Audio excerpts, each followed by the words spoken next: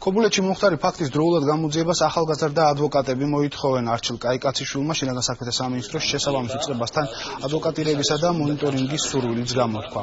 მათი განმარტებით ქობულეთში 25-26 მაისს 3 არასრულწლოვანი წვრილმანი ხულიგნობის ფაქტზე დააკავეს. მოგვიანებით კი პოლიციის განყოფილების უფროსმა მათ ფიზიკური და სიტყვიერი შეურაცხყოფა მიაყენა. მიუხედავად იმისა, რომ ახალგაზრდები თავს დამნაშავებად არ ცნობენ, ისინი ჯარიმის გადახდის შემდეგ გაათავისუფლეს. თუმცა მათ მიერ შეტანილი საჩივრის შემდეგ გამოძიება აჭარის პროკურატურამ დაიწყო. ახალგაზრდა ადვოკატების განცხადებას დღეს მთავარი პროკურატურაც გამოეხმაურა.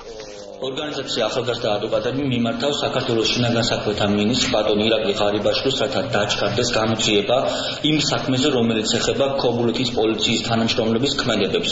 პრობლემაც ახალგაზრდა ადვოკატების ინფორმაციით 2013 წლის 25-26 მაისს 3 ქობულეთელი ახალგაზრდის მიმართ ჩაიდინეს არამართლზომიერი ქმედება.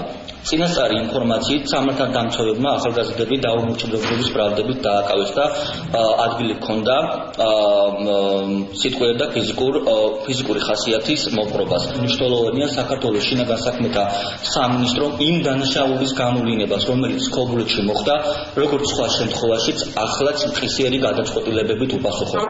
მიმდინარეობს პროკურატურაში, პროკურატურა აჭარის პროკურატურა აწარმოებს ამ ფაქტთან დაკავშირებით გამოძიებას და უახლოეს მომავალში გახდება ამ გამოძიების შედეგები ცნობილი.